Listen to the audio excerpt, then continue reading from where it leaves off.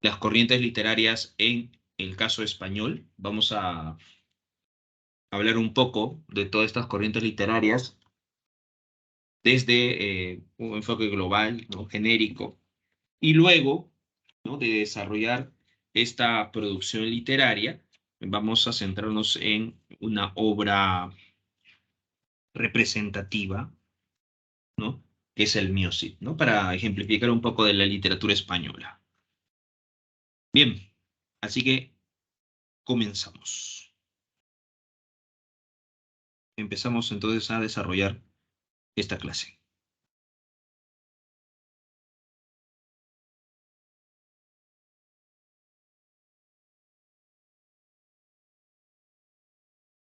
A ver, cuando hablamos de las corrientes literarias, recuerda la clase pasada, habíamos mencionado un poco las corrientes europeas, ¿no? En general. Y ahora estamos desarrollando las corrientes literarias en España. Sucede que en el caso español, una de las primeras manifestaciones se va a desarrollar recién en la época medieval, ¿no? Entonces, en la época medieval vamos a encontrar esta producción literaria. Ahora, ¿qué sucede? Una de las primeras manifestaciones de esta literatura medieval se dará en el siglo XI, ¿ya? En el siglo XI aparecerán las jarchas mozárabes, que es considerada una de las primeras manifestaciones literarias, ¿no? En España. Como estamos hablando de la literatura medieval, una de las características principales es la visión teocéntrica, o sea que todo gira en torno a la condición humana, perdón, a la condición divina, ¿no? Y esto es producto de la influencia de la iglesia, ¿ya? Entonces hay una visión teocéntrica, todo gira en torno a la condición divina. Estamos observando que esta literatura medieval está en formación, no se está desarrollando una literatura oral, pero también vamos a encontrar una literatura escrita. Así que vamos a tener presente estos elementos, ¿ya? Las primeras manifestaciones de la literatura española en la época medieval serán las jarchas mozárabes. Luego aparecerán los cantares de gesta, en este caso el Mío Cid, que aparecerá en el siglo XII.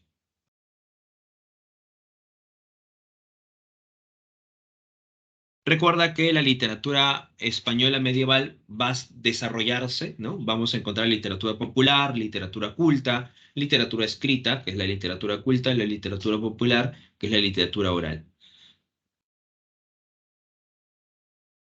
Van a aparecer también los autos sacramentales, que son piezas teatrales que tienen una finalidad, y esa finalidad de los autos sacramentales es evangelizar.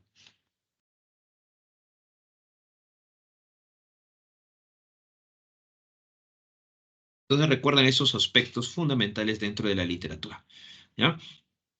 A su vez vamos a encontrar algunos autores representativos. Por ejemplo, ya finalizando la época medieval, estará presente en la obra teatral La Celestina de Fernando de Rojas, ¿no? O en el caso de la poesía, Jorge Manrique con coplas a la muerte de su padre, ¿no?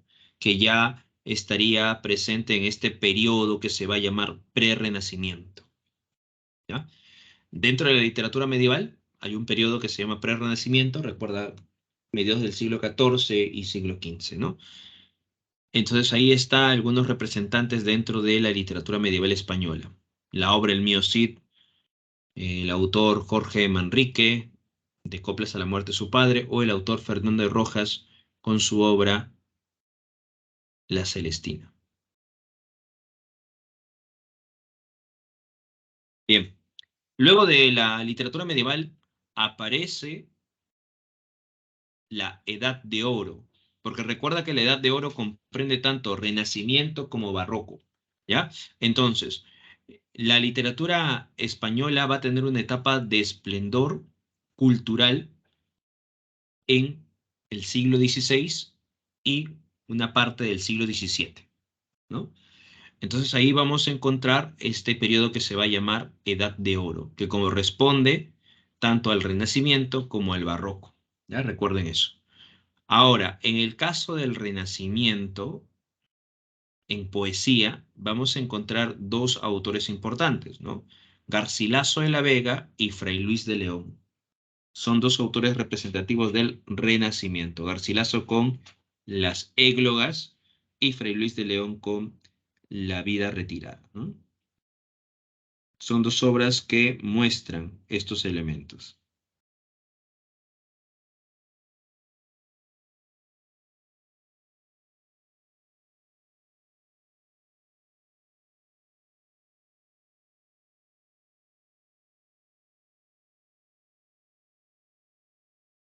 En el caso del barroco, vamos a tener a dos autores también importantes. Uno de ellos es Luis de Góngora,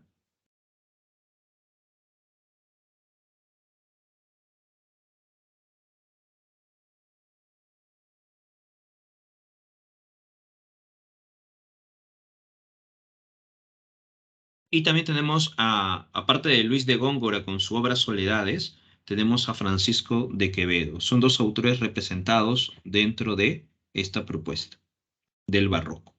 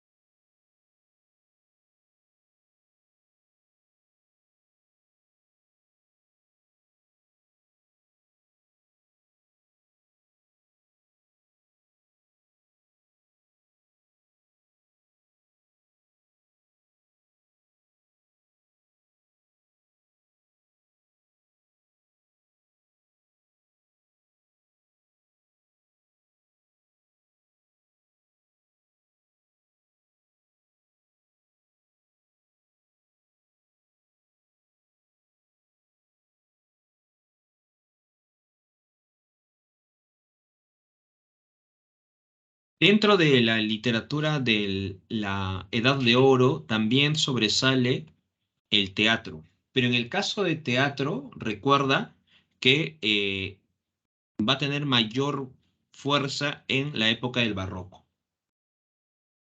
Sí, en el caso de Góngora y Quevedo, ambos son autores del barroco. Ujú. En el caso de la poesía, ¿no? La poesía del barroco, Luis de Góngora, Francisco de Quevedo. En el caso de la poesía del Renacimiento, Garcilaso de la Vega y Fray Luis de León. En el caso del teatro, el teatro sobresale en la época del barroco, ¿ya? En el Renacimiento todavía está un poco incipiente el teatro español, pero en el barroco vamos a tener dos grandes figuras.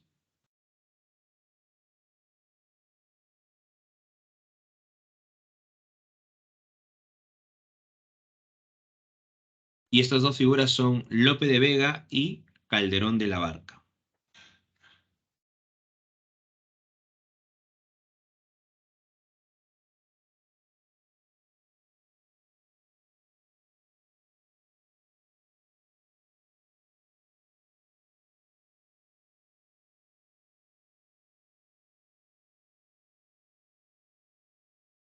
Lope de Vega con Fuente Ovejuna y Calderón de la Barca con La vida de sueño.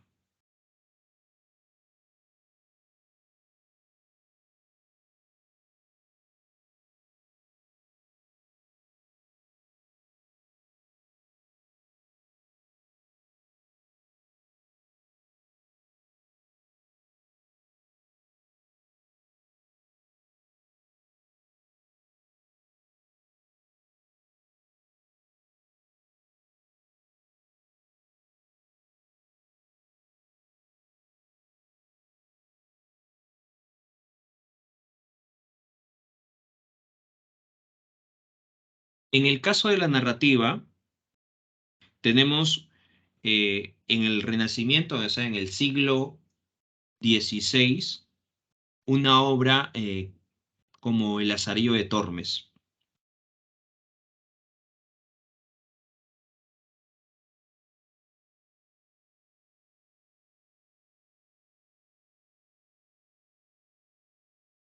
El Lazarillo de Tormes aparece en 1554, en este contexto del Renacimiento, ¿no? Y en el caso del siglo XVII se desarrolla la novela Don Quijote de la Mancha, que ya pertenece a la época del Barroco, ¿ya?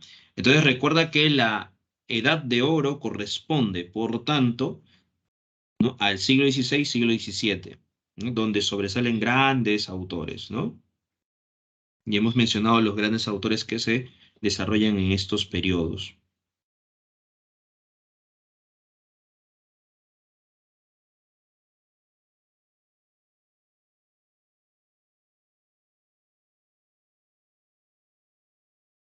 Por ejemplo, en esta obra, Don Quijote de la Mancha, de Miguel de Cervantes Saavedra, ¿no? Esta novela satiriza las novelas de caballería, ¿no? Aunque su trascendencia de Don Quijote de la Mancha se da por este conflicto que se muestra entre el idealismo y el materialismo, ¿no?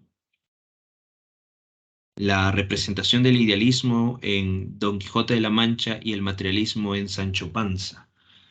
Recuerda entonces estos detalles, ¿no? Entonces, después de la literatura medieval, en la literatura española viene consigo la Edad de Oro, que corresponde al Renacimiento y Barroco, y estamos observando que tanto en el Renacimiento como en el Barroco destacan grandes obras literarias, ¿no? Por eso se le denomina Edad de Oro, porque es la época de esplendor de la literatura española, una época que va a influenciar no solamente a sus contemporáneos, sino también eh, a otras generaciones, ¿ya? Por eso que se le denomina Edad de Oro. Bien, dicho esto, ¿alguna pregunta hasta aquí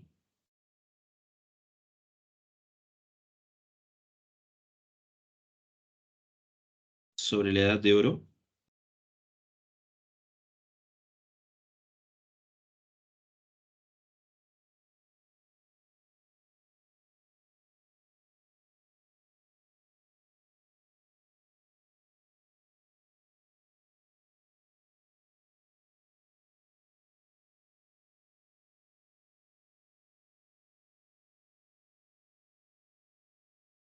¿Todo ok?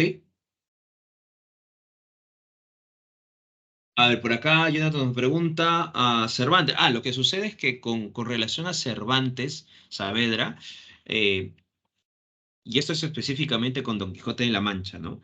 Sucede que si comparamos Don Quijote de la Mancha con la obra, por ejemplo, El Lazarillo de Tormes, vamos a ver una gran diferencia, ¿no? ¿Por qué? Porque en El Lazarillo de Tormes todavía se ve un poco incipiente el castellano, ¿ya? Y con Don Quijote de la Mancha, Miguel de Cervantes Saavedra le da un mayor logro o sentido a la lengua castellana, ¿no? Le da casi la forma definitiva a la lengua castellana. Por eso que se le considera, algunos lo consideran así, ¿no? Hay un antes y un después a través de la obra de Don Quijote de la Mancha, ¿no? De Cervantes. Logra darle un mayor énfasis, ¿no? Mayor vitalidad a la lengua castellana.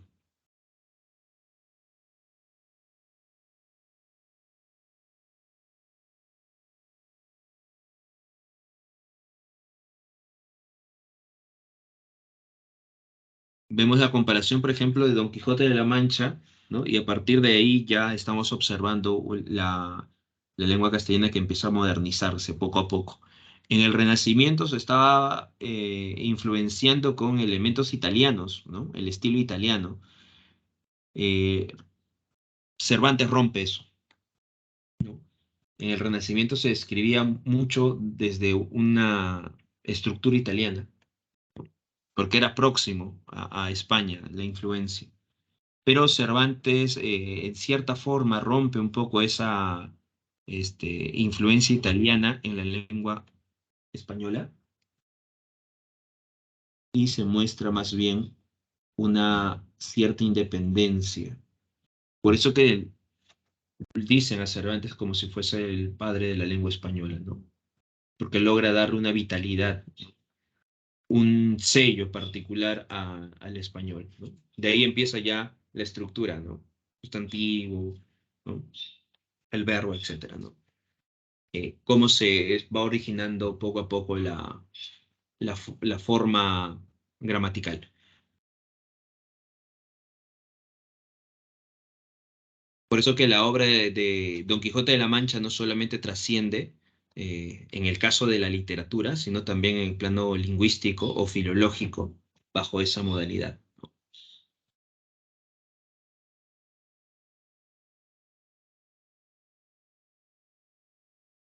Es lo que hace William Shakespeare, por ejemplo, ¿no?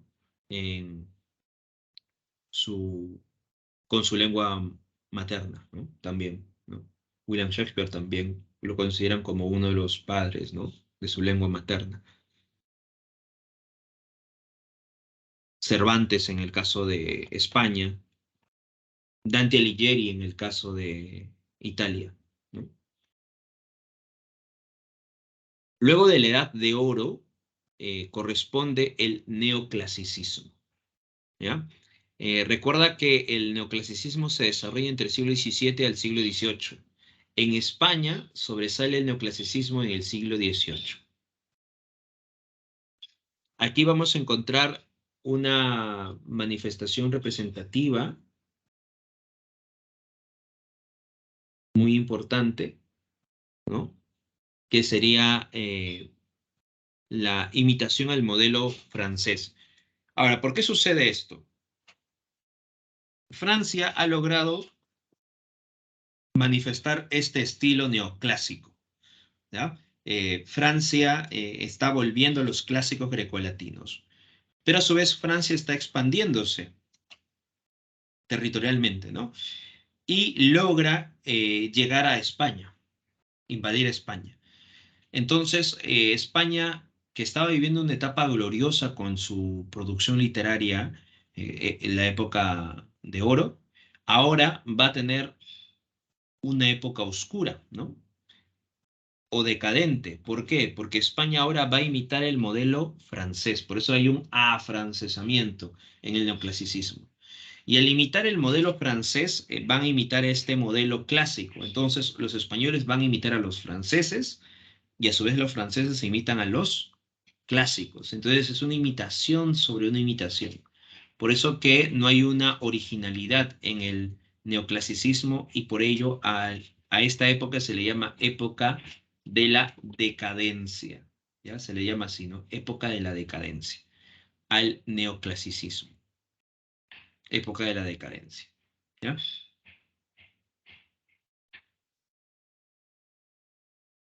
¿Cuáles son las características del neoclasicismo? Recuerdas, ¿no? Toda obra tiene que tener un fin didáctico y moralizante. O sea, tiene que enseñar y representar la moral de su tiempo. Las normas establecidas en el neoclasicismo son, ¿no? Tiene que mostrar un acercamiento a los clásicos, tiene que respetarse, ¿no? Estos lineamientos grecolatinos. La razón tiene que primar y tiene que darse el aspecto de verosimilitud. Entonces, aquel que sigue estas normas va a ser bien elogiado por los autores neoclásicos, ¿no? Aquel que no sigue estas normas van a ser castigados o de pronto censurados. Entonces, los autores van a tener que buscar la manera de representar ese desarrollo del neoclasicismo para que sus obras puedan al fin entrar en escena o de pronto ser publicadas. Por eso que el neoclasicismo va a ser una manifestación muy rígida, ¿no? Los autores no van a ser libres de poder elegir sus temas o de pronto sus formas de representación, ¿no? Entonces ahí vamos a encontrar estos elementos. La visión neoclásica.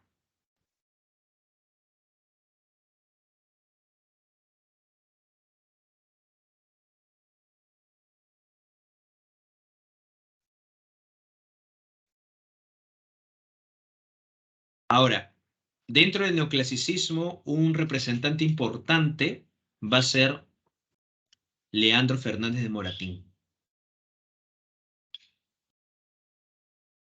Recuerda que a Leandro Fernández Moratín se le va a llamar el bibliotecario mayor.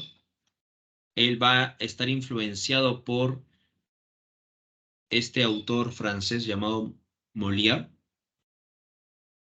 Va a nutrirse o va a imitar el modelo de este autor francés Molière. Entonces ten en cuenta eso.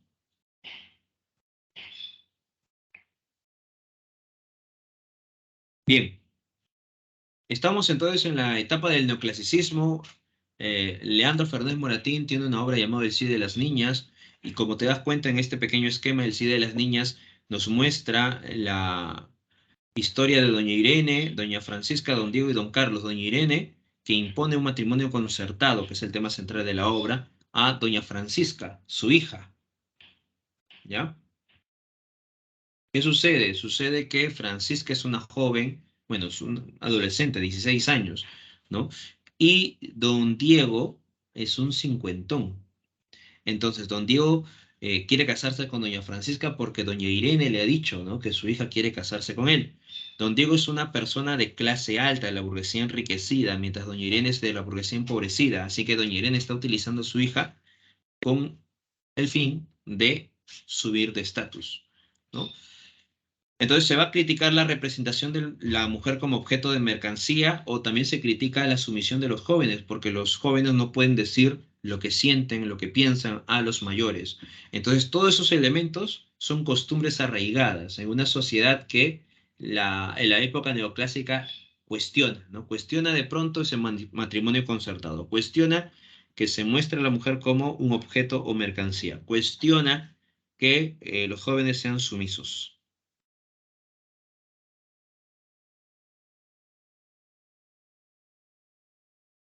¿Ya? Hay un cuestionamiento, ¿no?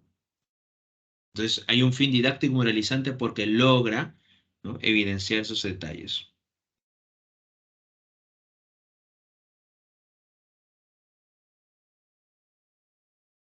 Bien, luego del neoclasicismo, ¿recuerdan ustedes qué manifestación literaria viene después de la época neoclásica?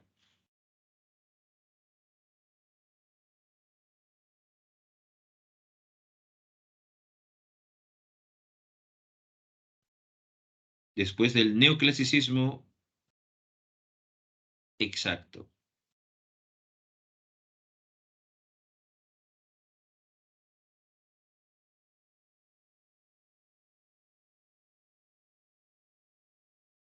aparece el romanticismo.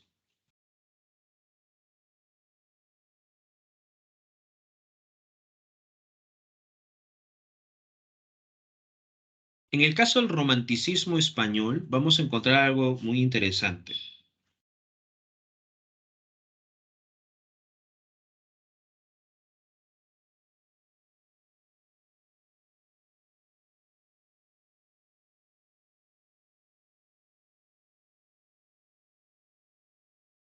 El romanticismo, a diferencia ya del neoclasicismo, se va a convertir en la época del resurgimiento. ¿Por qué?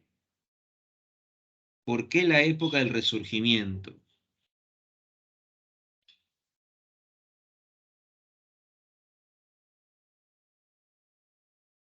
Porque a diferencia del neoclasicismo, en el caso del romanticismo español va a haber originalidad. Se logra expulsar a los franceses. Entonces vamos a encontrar una producción que retornará a elementos nacionales. Por eso que va a haber esta noción de originalidad, y por ello se le llama época del resurgimiento, ¿ya? Recuerda eso, se le denomina época del resurgimiento al romanticismo en España, porque hay cierta originalidad a contradicción de lo contrario que sucedió en la época neoclásica, ¿no? El romanticismo va a tener tres periodos, ¿no? Tres momentos. Por ejemplo, en las primeras décadas del siglo XIX, este momento va a ser un momento de transición, ¿no? Está saliendo de una literatura neoclásica y apareciendo los primeros brotes del romanticismo en España. Desde 1833 hasta 1840 ya se difunde con mayor fuerza el romanticismo, está en su etapa de apogeo, el romanticismo en el caso español. Ahí tenemos a Espronceda, Larra, Zorrilla, el Duque de Rivas, entre otros. Y a partir de los años 40 para adelante ya empieza a generarse un pequeño declive de esta postura romántica en Europa, ¿no? Porque ya está apareciendo el movimiento realista. Y en este contexto, donde el realismo empieza poco a poco a iniciarse, aparece la obra de Gustavo Adolfo Bécquer. Por eso que la obra de Gustavo Adolfo Bécquer se le denomina, ¿no?, a este autor romántico tardío.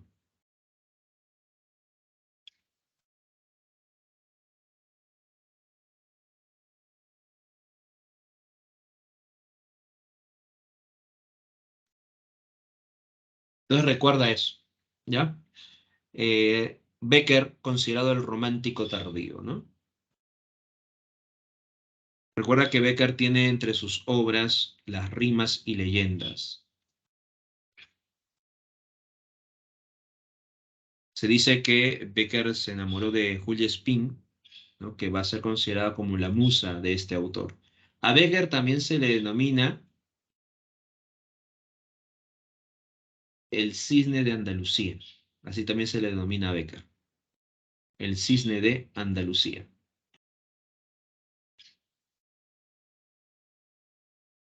Obras, rimas y leyendas, ¿ya?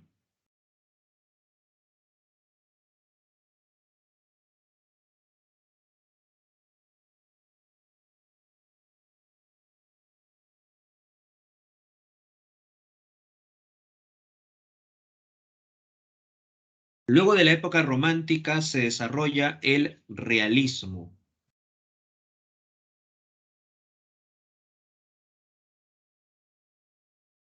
En el caso del realismo no va a tener mucha trascendencia en la presencia de España. ¿Por qué? Porque como se está desarrollando un traslado de la visión romántica al realismo, entonces en estos años de la década del 60 y 70 hay una disputa, ¿no?, entre románticos y realistas en España. Entonces no hay tanta presencia de la postura realista que logre acabar con la postura romántica, ¿no? En cambio, en otros países sí va a haber un cambio, ¿no?, de paradigma. El realismo español eh, va a mostrarnos las características de la postura francesa, ¿no? Recuerda la base de positivismo, limitación del método científico, el culto a la razón, la descripción detallada de los ambientes sociales, ¿no? Un narrador objetivo, ¿no? No hay subjetividad aquí en el realismo. Y aparece en la segunda mitad del siglo XIX, ¿no? Esta postura del realismo va a tener como representante a Benito Pérez Galdós con su obra Marianela. No trasciende mucho el realismo español y no se da porque España en estos momentos se está enfrentando, ¿no?, algunas dificultades. Por ejemplo, está enfrentando a Estados Unidos y también está buscando que sus colonias no logren su independencia.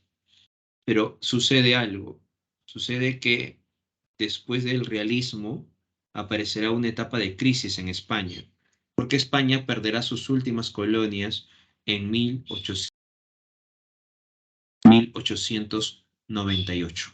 España pierde sus últimas colonias. Y se va a desarrollar lo que se denominaría la generación del 98. ¿Ya? ¿Por qué se le denomina así, generación 98? Porque es el año del llamado desastre nacional. ¿Y a qué se le denomina año del desastre nacional? Cuando España pierde sus últimas colonias. ¿Ya? Año del desastre nacional, España pierde sus últimas colonias.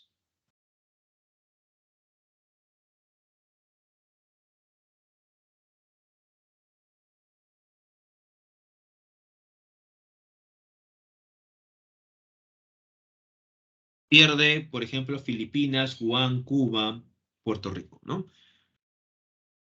España entra en crisis.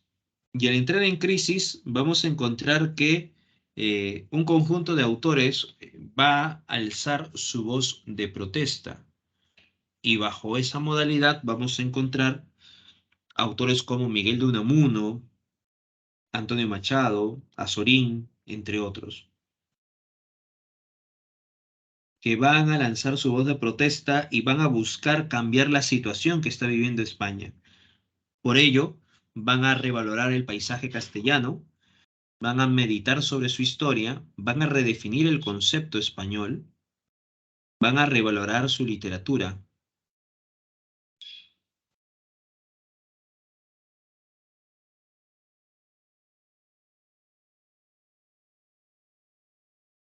Entonces recuerda, ¿no? La generación del 98 se denomina así por el año del desastre nacional, pierde sus últimas colonias, ¿ya? Y los autores van a buscar meditar sobre los problemas que causaron esta crisis. Aquí va a sobresalir el ensayo de Miguel de Unamuno, de Azorín.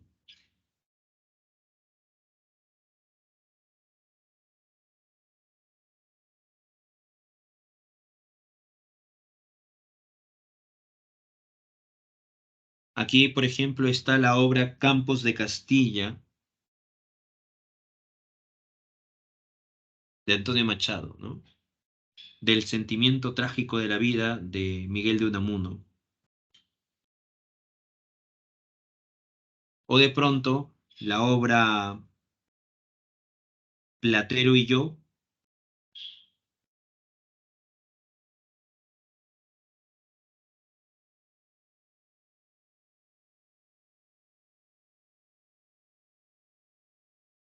Recuerda que la obra Platero y yo es de Juan Ramón Jiménez, ¿ya? Campos de Castilla es de Antonio Machado. Campos de Castilla. Ujú. Es de Antonio Machado. En Campos de Castilla, eh, Antonio Machado hace una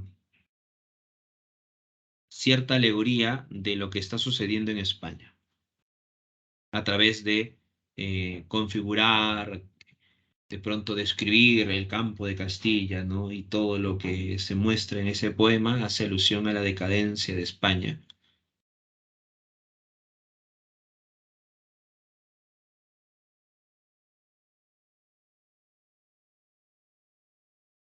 Bien, esa es la generación del 98, ¿ya? Que se va desarrollando, ¿no? Fines del siglo XIX, 1898, ¿no? Producto de la crisis, como ya hemos mencionado, ¿no? Que se ha desarrollado aquí. Ahora, entrando al siglo XX, ustedes bien saben que aparece la vanguardia. Siglo XX, la vanguardia. Ahora, con relación a la vanguardia, ¿qué sucede? Los autores de España van a nutrirse de los elementos vanguardistas, pero va a suceder algo, que en 1927 un conjunto de autores van a homenajear a Luis de Góngora. Y Luis de Góngora, recuerda que era parte del barroco, ¿no? Eh, Van a homenajearlo, ¿por qué? Porque se da el tricentenario de la muerte de Luis de Góngora. Y por ello se le va a denominar a este grupo de escritores Generación del 27, ya que ellos homenajean a Góngora por su tricentenario de la muerte, ¿no? O sea, 300 años después, ¿no? De la muerte de Góngora, un conjunto de autores rinde homenaje a este poeta. Y aparece la Generación del 27. Dentro de la Generación del 27 está García Lorca, Federico García Lorca, autor de Bodas de Sangre.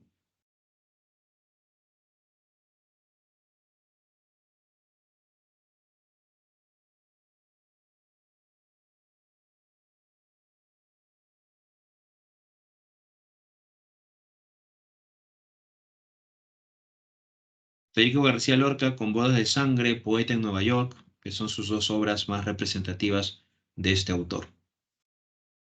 La generación de 27 va a tener una influencia del surrealismo. Recuerda que habíamos mencionado que la vanguardia tiene un conjunto de ismos, entre ellos el surrealismo, que está vinculado a los sueños, a lo onírico. Por eso que la generación de 27 va a desarrollar la escritura onírica. y se muestra una actitud rebelde y de militancia política. Recuerda que la generación de 27 está desarrollándose posterior a la Primera Guerra Mundial y a su vez se está desarrollando en la Guerra Civil Española.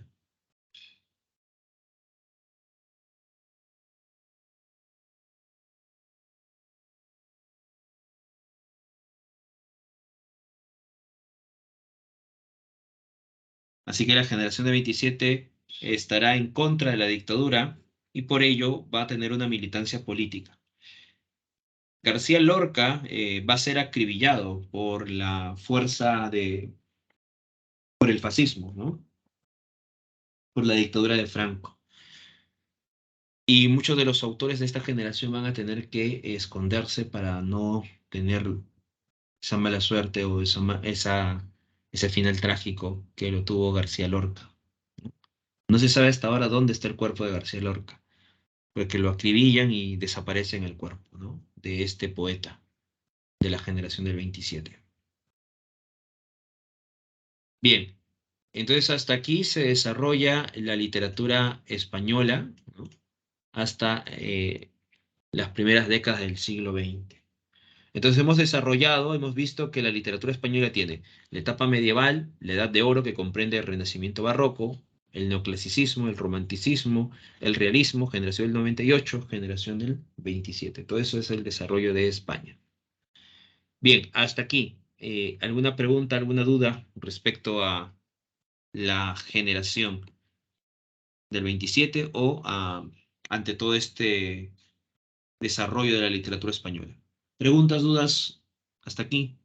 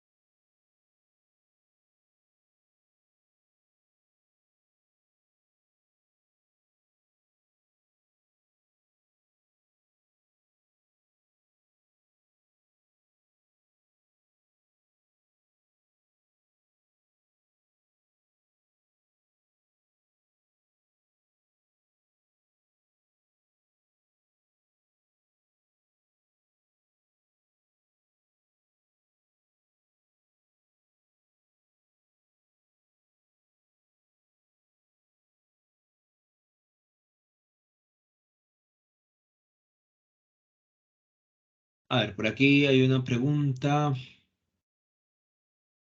Sí, en el caso de la generación de 27, sí, solamente a García Lorca, ¿no? Porque también está Damaso Alonso, Vicente Alexandre, también está Luis Cernuda, entre otros autores.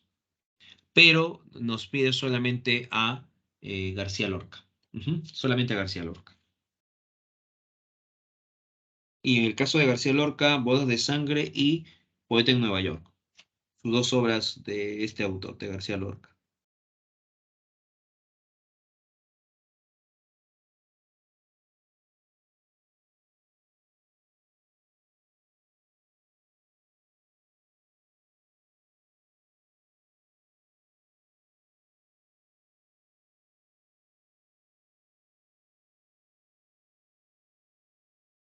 Bien.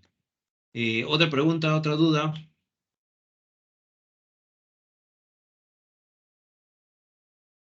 Muy bien. Habíamos mencionado que después de desarrollar toda esta producción literaria en España, íbamos a ejemplificar una obra española, ¿no? En este caso, el Cantar del Miocid, ¿no?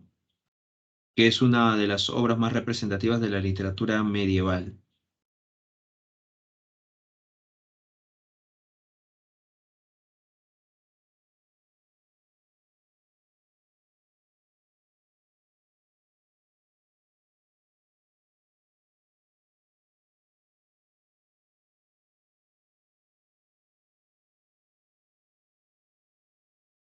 El Cantar del Miocid recuerda que se desarrolla, ¿no? En este contexto de la Guerra Santa.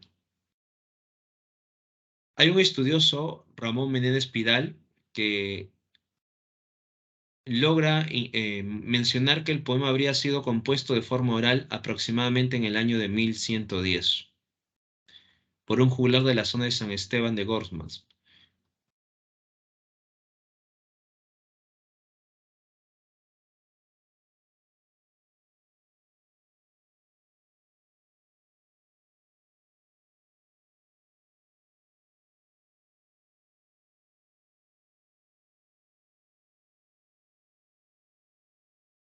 Recuerda que este poema va a ser elaborado más adelante en el año de 1140 por otro juglar de la zona de Medinaceli.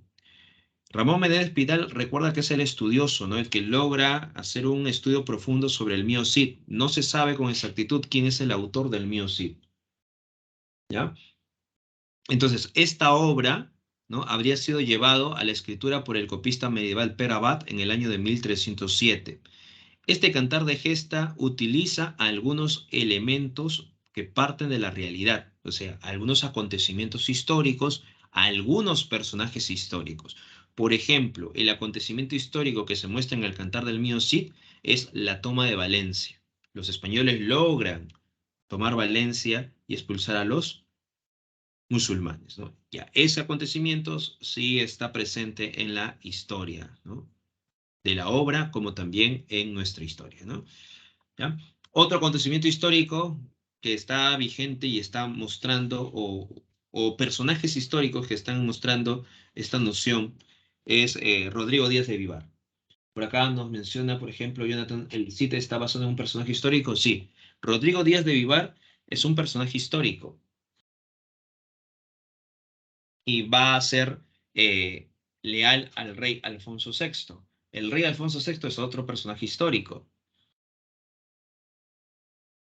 Pero, por ejemplo, las hijas del Cid es parte de la ficción, ¿no? En el caso del mío Cid, tenemos que Rodrigo Díaz de Vivar tiene dos hijas, ¿no? Elvira y Sol. Pero en la realidad no hay registro de que el Cid haya tenido hijas, ¿no? Solamente algunos hijos. Entonces aquí es una licencia del juglar, ¿no? Crear estos elementos, ¿ves?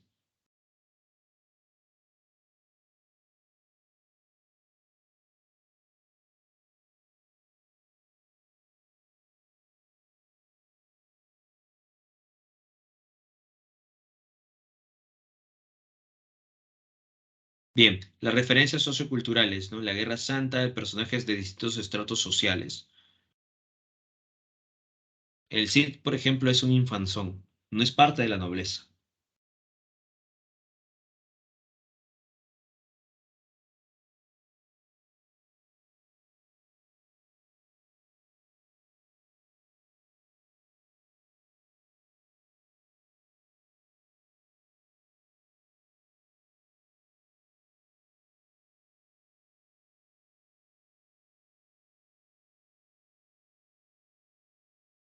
La obra pertenece al género épico, especie cantar de gesta. El narrador que se muestra dentro de la obra es un narrador omnisciente, un narrador que lo sabe todo. La obra está versificada. Recuerda que esta obra nace primero producto de la oralidad, ¿ya? Después de la oralidad pasa a la escritura. Recuerda lo que hemos mencionado, ¿no? Posiblemente esta obra estaba compuesta en 1110 y luego en 1140, ¿no? Una obra compuesta de forma oral, pasada de generación a generación por los juglares. Una de las obras escritas del Mío Cid, o sea, cuando pasa de la oralidad a la escritura, la copia más antigua es de 1307, ¿no? Por el copista medieval Perabat.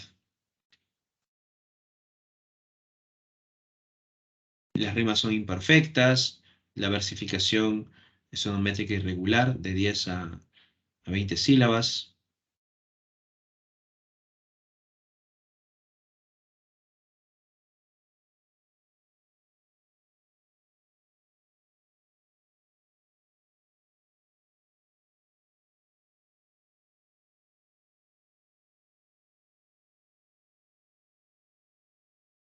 La obra está dividida en tres cantares.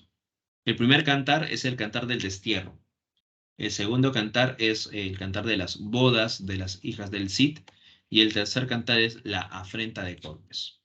¿Ya? Son tres cantares. Primer cantar, el destierro del Cid. Segundo cantar, las bodas de las hijas del Cid.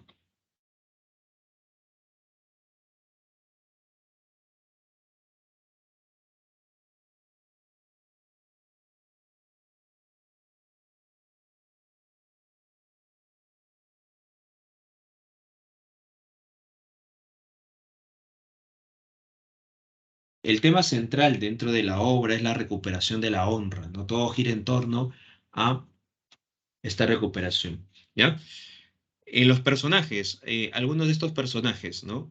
Rodrigo Díaz de Vivar, que es el personaje central de la obra, Jimena, que es su esposa, sus dos hijas, Elvira y Sol, Alfonso VI, que es el rey de Castilla, García Ordóñez, que es el enemigo del Cid, además es pariente de los infantes de Carrión. Los infantes de Carrión son los que se van a casar con Elvira y Sol. Martín Antolínez, considerado el burgalés cumplido, aquel que reta a Diego con la espada colada, Alfredo Fáñez de Minaya, que es la mano derecha del Cid, entre otros, ¿no? Vamos a hacer un pequeño resumen de la obra del mío Cid, pero antes de ello recuerda que este es un cantar de gesta.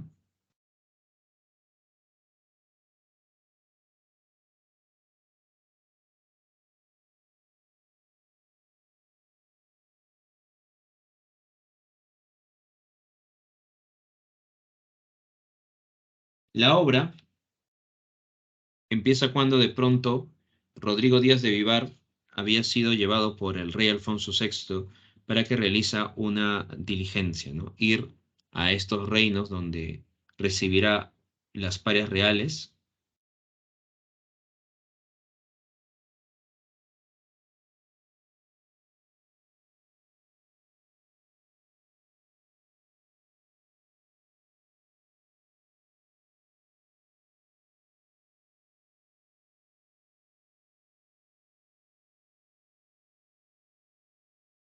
Rodrigo Díaz de Vivar entonces cuando va a estos dos reinos para recoger las parias reales, se da con la sorpresa que uno de estos reinos está a punto de enfrentarse al rey de Granada, ¿no? Este reino es el reino de Sevilla, ¿no?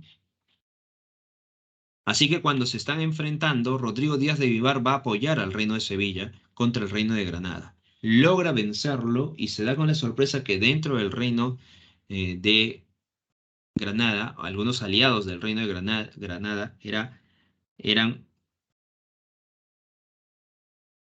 los condes leoneses, y los condes leoneses supuestamente eran leal al rey de Castilla.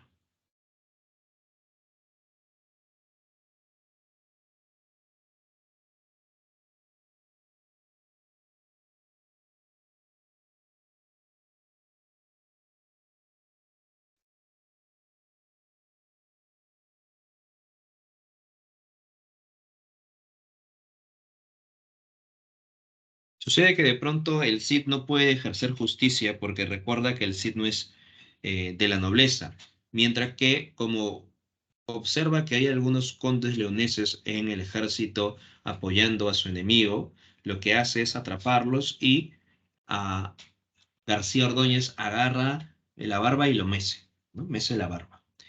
Esto es en esta época una señal de humillación, ¿no? Y lo libera.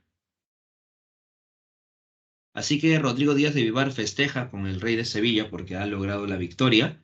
El rey de Sevilla le entrega un cierto obsequio y Rodrigo retorna a Castilla. Sin embargo, no podrá acercarse al rey. ¿Por qué? Porque García Ordóñez, aquel que había sido humillado por el Cid, García Ordóñez ha llegado a Castilla y le ha dicho al rey Alfonso VI que tu súbdito, el Cid, te está robando las parias reales. Y entonces no lo puede creer el rey. Pero como le ha mencionado, ya como le ha indicado, entonces tiene que hacerlo, ¿no? Así que el rey decreta que le da 9 días de plazo para que el Cid no pueda salir, perdón, salir de Castilla, ¿no? ¿Qué sucede? Sucede que el Cid no lo puede creer, así que le dice a su ejército, si de pronto si de pronto ellos pueden quedarse, ¿no? O marcharse junto con él. Él sí le dice, ¿no? He sido desterrado, ustedes no, así que quiero que ustedes se queden, porque no tengo nada que ofrecerles. Si van conmigo, van a solamente luchar, posiblemente morirán. Pero si se quedan, lo poco que tengo quiero ofrecerlos por todo el servicio que han brindado. Y sus vasallos deciden ir con el Cid, ¿no? Todos dicen, no iremos contigo, Cid, ¿no? Y nosotros vamos a ir contigo, no importa si en el camino suceda cualquier cosa, ¿no? El Cid se maravilla, ¿no? Por la lealtad de sus vasallos y decide, por tanto, ir junto con ellos. Recuerda que el rey le ha decretado 9 días de plazo, ¿no? El Cid, junto con su familia, su esposa y sus hijas, están partiendo, ¿no? El Cid cree que cuando llegue a Burgos va a recibir un poco de ayuda.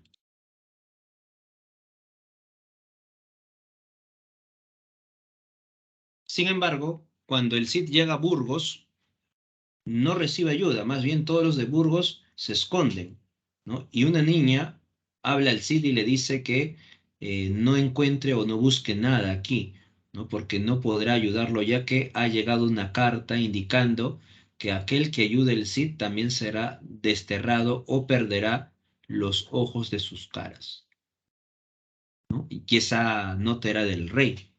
Así que el Cid entiende por qué todos los de Burgos están de pronto asustados, ¿no? Sin embargo, Martín Antolínez manda llamar al Cid y le da comida, bebida, tanto a él y a todos sus vasallos. El Cid le agradece, pero le dice, vas a ser desterrado. El Martín Antolínez dice, no importa, voy a ir contigo. Pero como necesitan dinero, Martín Antolínez tiene un plan. Agarra dos cofres, estos dos cofres los llena con tierra, con piedra, y los cierra muy bien. Va donde los judíos Raquel y Vidas y le dicen a los judíos, ¿no? El Cid se irá, pero no podrá llevarse, ¿no? Todos estos tesoros. Lo que necesita es dinero. Así que hay que hacer un cambio. Si ustedes entregan un cierto dinero, el Cid, al momento de retornar, les entregará con intereses. Y si el Cid no viene, ustedes se quedarán con estos dos cofres de tesoros. Así que los judíos aceptan y deciden darle dinero a Martín Antolínez y este le da al Cid, ¿no? El Cid contento, están saliendo de Castilla, ya se está cumpliendo los 9 días de plazo, descansan y el arcángel Gabriel se le acerca al Cid y le dice que puede salir de Castilla para obrar. O sea, ahí está la noción del teocentrismo, ¿no? Para obrar bien, para luchar contra los moros, para evangelizarlos, ¿no? Bien, el Cid logra ganar Alcócer, logra el Cid vencer al conde de Barcelona, Ramón Berenguer, y obtiene su primera gran espada, la espada colada. Ramón Berenguer escapará, pero el Cid obtendrá la espada colada. Finaliza así el primer cantar. El segundo cantar, el Cid ha logrado conquistar Valencia, ¿no? Ha empezado a asediar Valencia y ha logrado conquistarla. Le dice a Álvar Fanes de Minaya que lleve regalos al rey Alfonso VI, aquel que lo había desterrado, ¿no? Le va a dar 3 dádivas, le va a llevar 3 dádivas. Cuando Minaya va donde el rey se maravilla y se sorprende, ¿no? Minaya, ¿de quiénes son todos estos obsequios, no? Y Minaya le dice de aquel que usted lo ha desterrado. Y le menciona que el Cid está luchando, ¿no? Expandiendo su territorio a pesar de ser expulsado.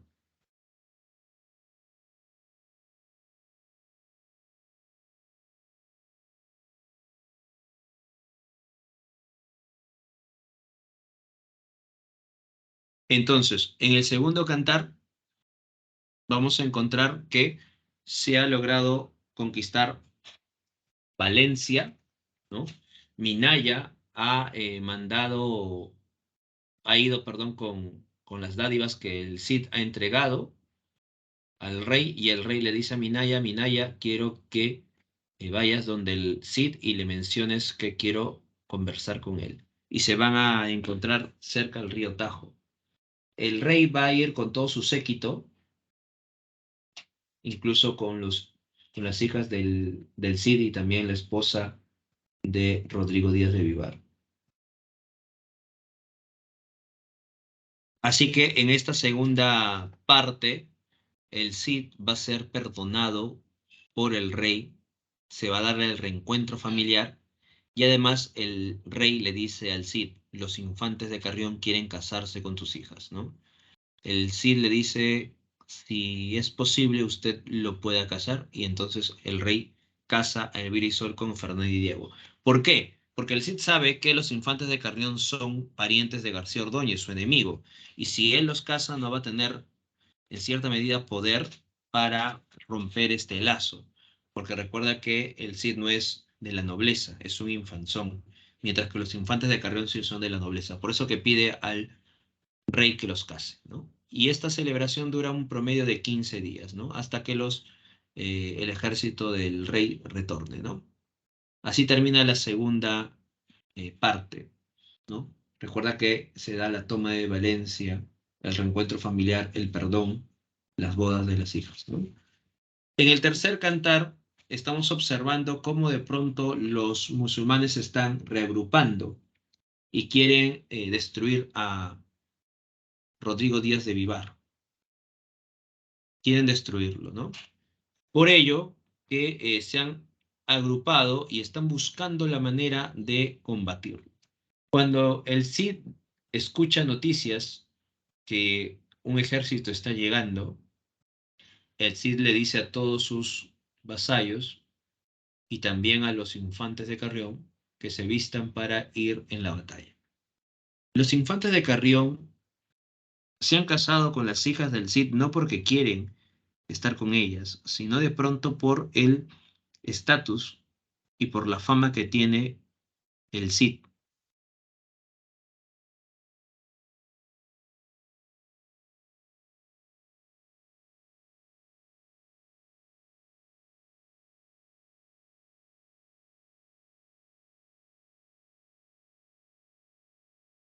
¿Qué sucede? Sucede que de pronto los infantes de Carrión se esconden, ¿no? Porque recuerda que los infantes se han casado solamente con las hijas del Cid por fama, ¿no? Porque el Cid es muy poderoso y además cuando muera el Cid, toda esa fortuna ellos lo tendrán a través de este casamiento. Por eso que cuando el Cid manda a todos para enfrentar al rey Búcar, los infantes de Carrión se esconden, temen por su vida. Y mientras todos están luchando, nadie se percata de los infantes de Carrión. Cuando acaba recién la contienda, es donde los infantes de Carrión logran salir de su escondite.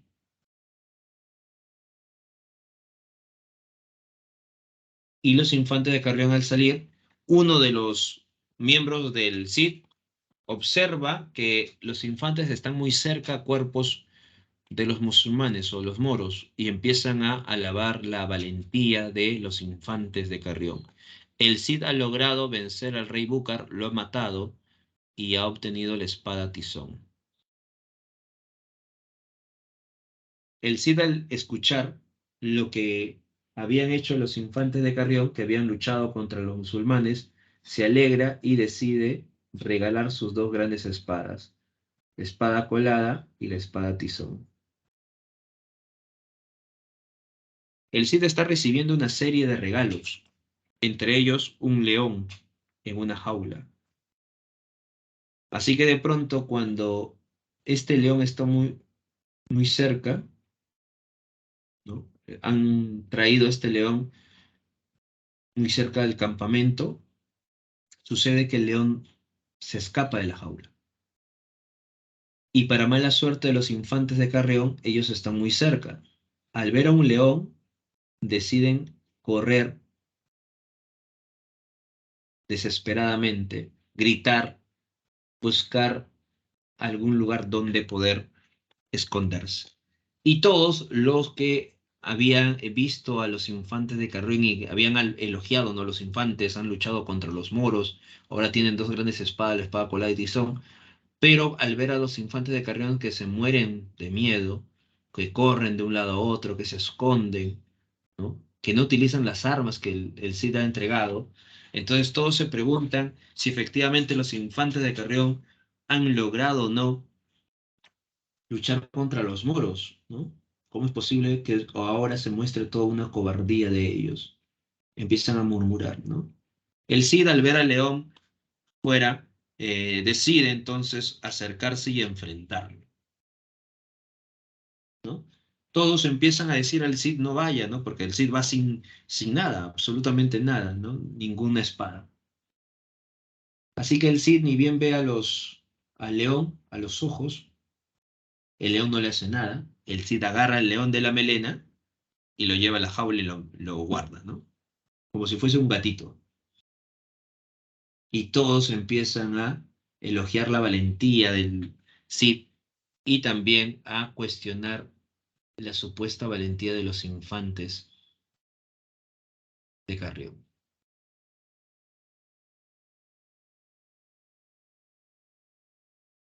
Los infantes se sienten coléricos, pero también quieren vengarse. Han sido humillados, dicen, ¿no? Así que los infantes dicen, ahora nos vamos a vengar del Cid.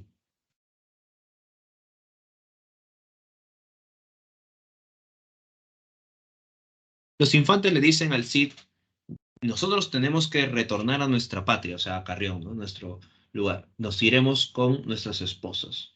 Así que el Cid está un poco triste porque ya no va a ver a sus hijas y tiene que aceptar, ¿no?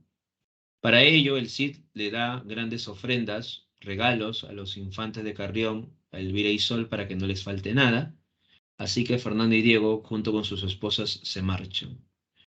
Están cerca al Rosedal de Corpes, y es ahí donde los infantes de Carrión, al darse cuenta que están solos, deciden amarrar a sus esposas, arrancar sus vestidos, ultrajarlas, golpearlas y dejarlas ahí. Fernando y Diego se retiran, dejando a sus esposas amarradas, desnudas, para que puedan morir en el camino, ¿no? Fernando y Diego se retiran entonces a Carrión, así logran vengarse de el Cid.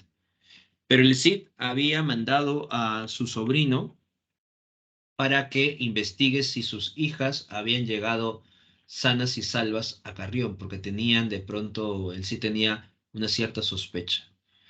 Cuando aparece el sobrino del Cid cerca al Rosedal de Corpes, logra liberar a Elvira y Sol y lleva a las hijas del Cid donde Rodrigo Díaz, ¿no? Donde el Cid. El Cid, al enterarse de lo que ha sucedido, agarra a su caballo, ¿no? Y empieza a ir ante el rey, a pedir justicia. Así que llega ante el rey Alfonso VI y exige justicia. El rey decreta las Cortes de Toledo porque se ha generado una deshonra. En las Cortes de Toledo, el Cid decide que las bodas sean anuladas y eso se decreta y se consigue, ¿no? Se anulan las bodas del Virisol con Fernando y Diego, que Fernando y Diego devuelvan las espadas colada y tizón.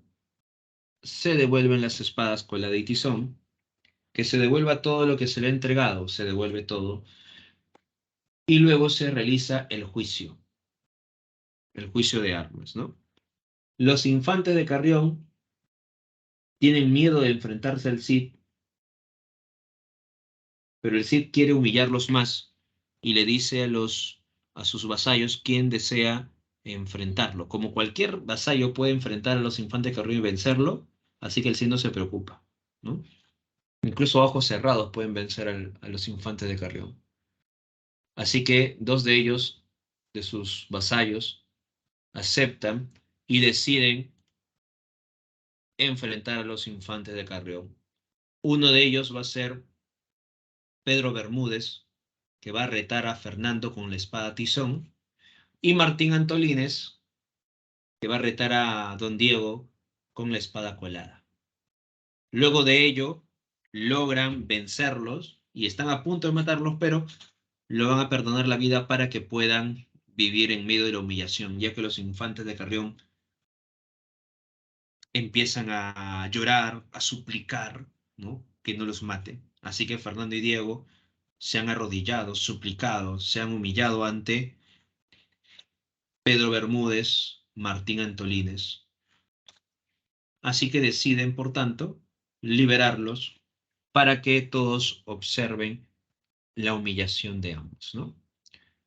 Luego de ello, de recuperada ya esta honra a través de la lucha, aparecen los infantes de Navarra y Aragón y piden al Cid que puedan darle permiso para que se casen con sus hijas. Así que al final se dan las segundas nupcias de Elvira y Sol, se casan con los infantes de Navarra y Aragón, restituyéndose el honor perdido.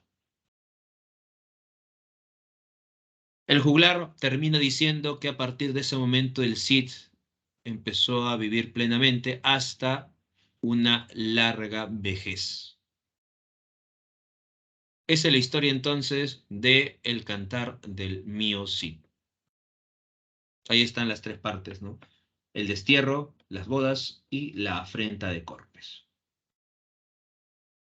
Muy bien. Eso sería entonces la historia del mío Cid. Preguntas, dudas respecto a la obra. ¿Alguna pregunta, alguna duda? ¿Todo ok?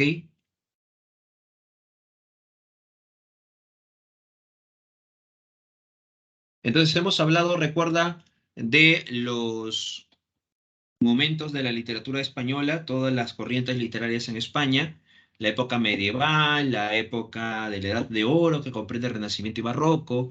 Hemos hablado también de el neoclasicismo, el romanticismo, el realismo, la generación del 98, recuerda, se le llama así por el desastre nacional, la pérdida de sus últimas colonias, generación del 27, en honor a Góngora por el tricentenario de su muerte.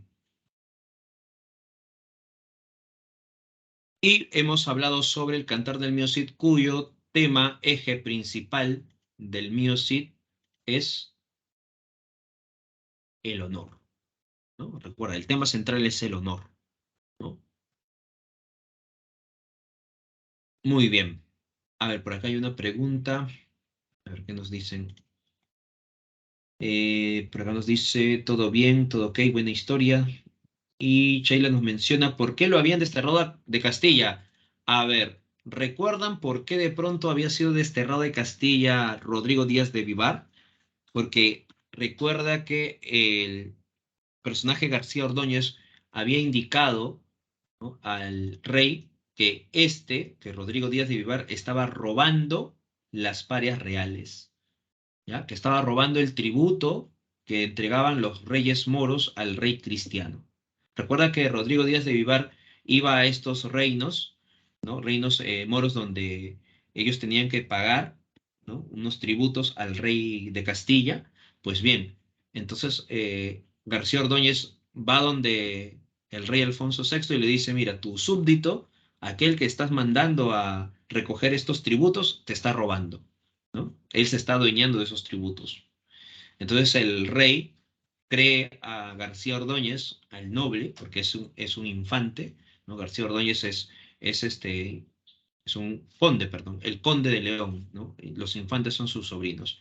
García Ordóñez es un conde, o sea, es parte de la nobleza. Y como está acusando a una persona que no es parte de la nobleza, entonces esta acusación no puede ser entendida como algo falsa, ¿no? Porque ¿qué tendría de ganancia acusar a una persona que no tiene un poder dentro del Castilla. Por eso que el rey Alfonso VI toma la acusación de García Ordóñez y decreta la expulsión de Rodrigo Díaz de Vivar, más conocido como el Cid Campeador.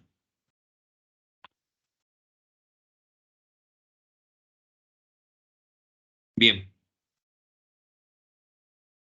en los comentarios está el enlace para que puedas estar dando el examen. Algunos ya están marcando.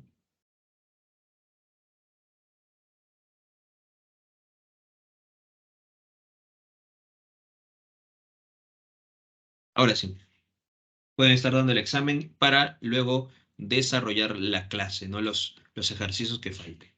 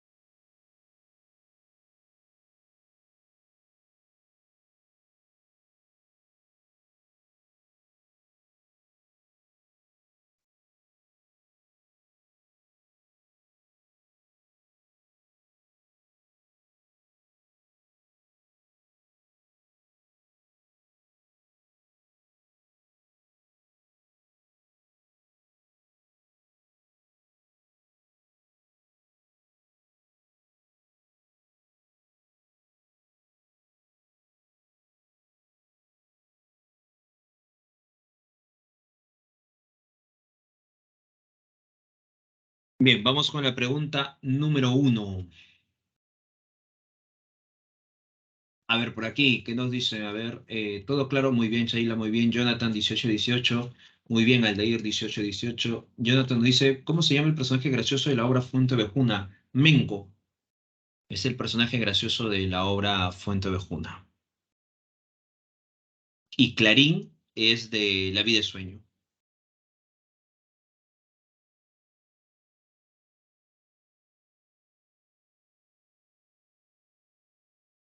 Vamos a ver cómo van en el examen.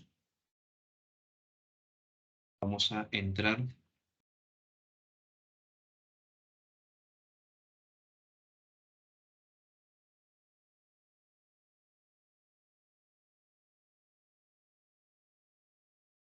A ver, ahora sí, vamos a ver.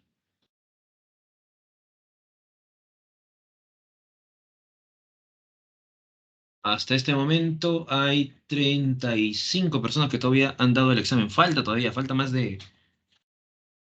¿Cuánto? 40 y... Ahora faltan 44, 46, faltan 46 ya. Vamos, vamos, terminen de dar el examen. A ver, ¿cómo se están confundiendo aquí? En la pregunta 3 se están confundiendo muchos en la pregunta número 3. Te están diciendo, uno de estos autores no es parte de la Edad de Oro. Recuerda, no es parte de la Edad de Oro, uno de estos autores. No se está diciendo quién es parte de la Edad de Oro, porque muchos están marcando quienes son parte de la Edad de Oro. Cuidado, uno de ellos no es parte de la Edad de Oro. ¿Ya?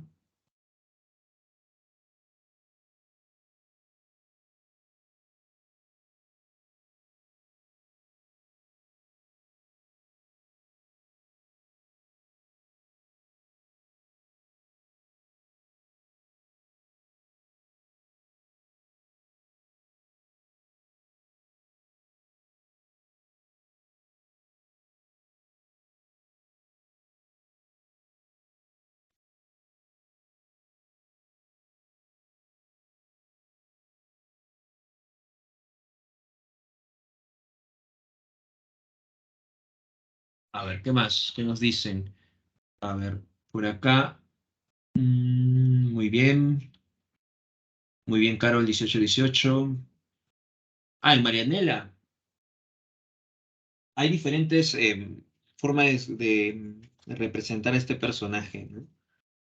Por ejemplo, hay una forma de representación de una forma cristiana incluso, ¿no?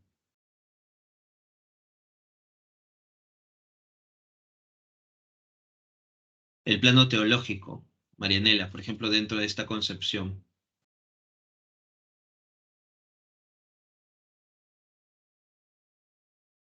Sí, sí, sí, hay diferentes formas de representación de Marianela, ¿no? Por ejemplo, los personajes, uno de ellos representaría la edad positivista de Kuhn, ¿no?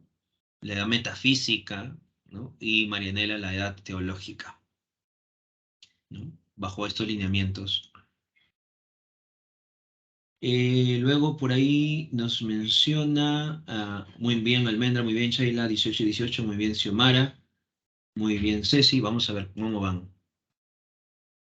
A ver, ahora solamente faltan 30, 30 personas nada más.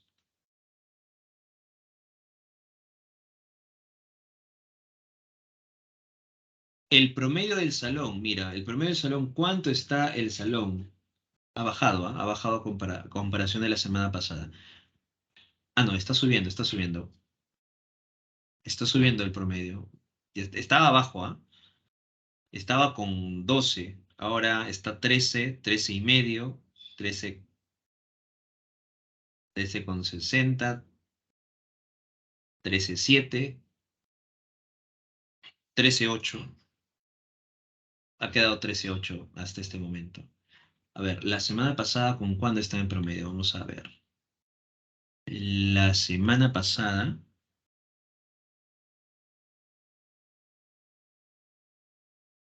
la semana pasada se quedaron en 15,3, ¿ah? Eso fue la semana pasada. Ha bajado. Sí, ha ido de golpe.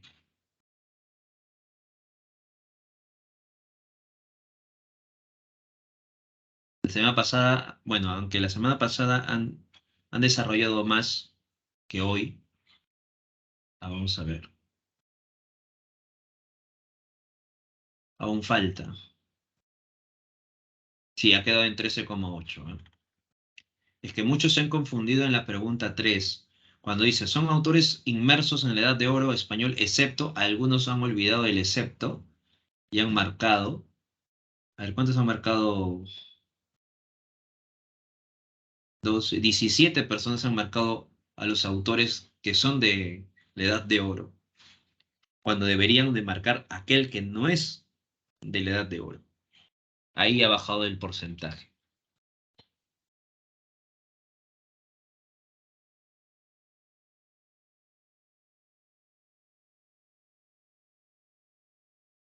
Ahora está subiendo, ahora sí. Mira. Ha subido de 13,8 a 13,9. Ha llegado a 14.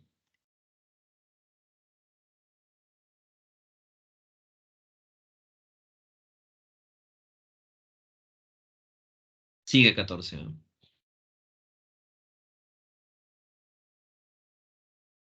14,1. ¿Logrará llegar a 15,6?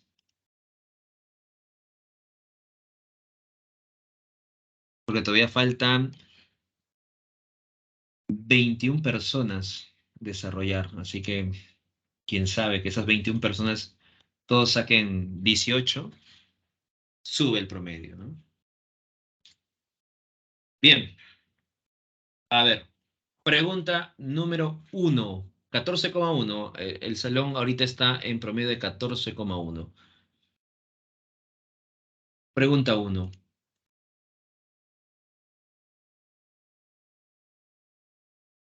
A ver,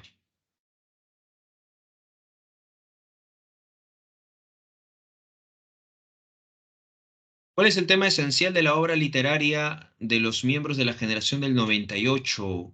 La historia medieval de España, no. Las preocupaciones metafísicas, no. Temas religiosos, no. La realidad española de su tiempo, sí, porque recuerda que se está viviendo una etapa de crisis, ¿no? En esta etapa de crisis entonces se muestra esta visión.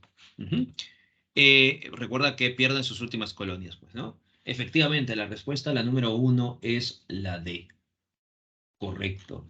Vamos con la pregunta número 2. Vamos. Pregunta número 2. A ver, en el siglo XVII el mundo se encontraba en una crisis económica y social cuya visión negativa y pesimista se vio reflejada en las artes. Por ejemplo, en la obra Don Quijote de la Mancha se refleja el uso del contraste de una visión pesimista de la realidad concreta. Esta corriente es...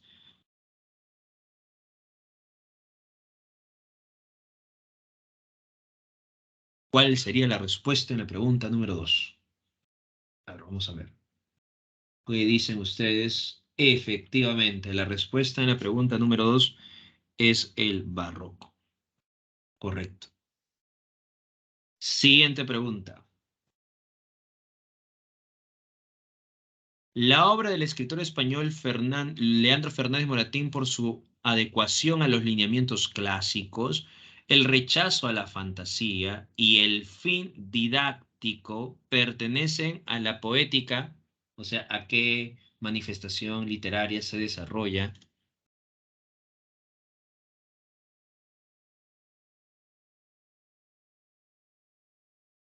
por ahí? La respuesta a la pregunta número 3. Correcto. Neoclasicismo. Y la pregunta 4 está relacionada a la pregunta 1 de tu examen. Así que si has logrado contestar correctamente a la pregunta 1 de tu examen, entonces la pregunta 4 será muy sencillo para ti. ¿Sí o no? La generación de poetas, conocida como generación del 27, debe su nombre.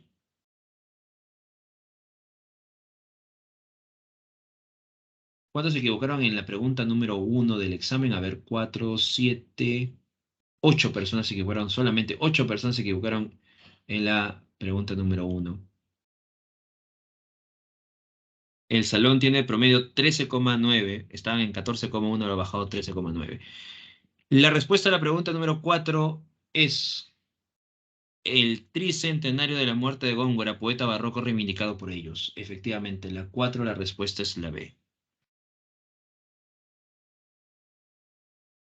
Siguiente pregunta.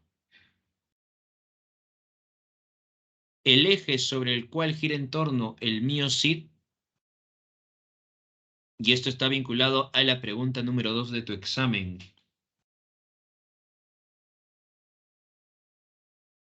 Pregunta 2 de tu examen. Si has logrado contestar la respuesta correcta, ¿no? En la pregunta 2 de tu examen, esta pregunta es facilita para ti, ¿sí o no? La pregunta 5, respuesta. Exacto. El honor. El tema central que gira en torno a la obra El mío Cid es la recuperación de la honra. Correcto.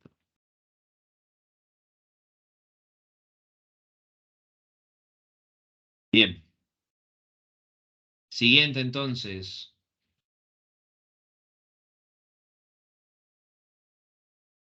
¿Qué significó para Rodrigo Díaz de Vivar la afrenta de Corpes?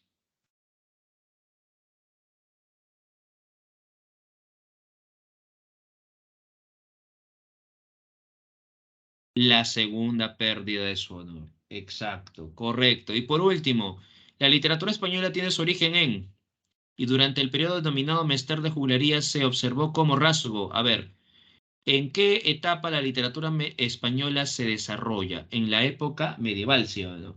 Recuerda que primero viene la época medieval, literatura medieval, luego Edad de Oro y así sucesivamente hasta la actualidad, ¿sí o no? Tiene su origen en la literatura medieval, en la época medieval. Entonces vamos a ver, hay época medieval, hay edad contemporánea, no puede ser. Periodo ático sería el periodo donde se desarrolla el teatro griego, así que en la época antigua. Edad moderna tampoco. Y acá dice la sociedad feudal. Ah, entonces estaría presente en la época medieval en una sociedad feudal. Y tendencia realista. 7B. Correcto. Respuesta en las 7. Ya ve. Y con esto nos vamos, con esta pregunta última. Pregunta 8. A ver, estas palabras. ¿Quién te ha dado esos caballos por Dios del cielo, Minaya? Pregunta el rey. Y Minaya responde, mío sí, cambiador, que en buena hora ciñó espada, después del que le desterrasteis, Alcózar ganó por maña, y de esto al rey de Valencia un mensaje le llegaba, manda que le ponga el cerco y que le corten el agua. El Cid sale del castillo, en campo abierto luchaba, venció a 12 mires moros en aquella gran batalla. Cuantioso señor han sido el botín y la ganancia. A vos, gran rey mío Cid, este regalo os manda, dice que los pies os besa las manos ambas y que le tengáis merced, así el Creador os valga. A ver, en el fragmento nos muestra, ¿qué nos muestra este fragmento? ¿Las misiones del rey Alfonso VI? No. Nos muestra la sumisión del Cid ante el rey. A pesar del destierro, el Cid le sigue siendo leal al rey Alfonso VI. Bien, hasta aquí nos quedamos entonces. Nos vemos hasta la siguiente clase. Cuídense. Buen día para todos ustedes. Buen fin de semana para todos ustedes. Buen almuerzo también. Cuídense. Nos vemos la siguiente semana. La siguiente semana vamos a hablar sobre corrientes hispanoamericanas. Cuídense. Buen día para todos.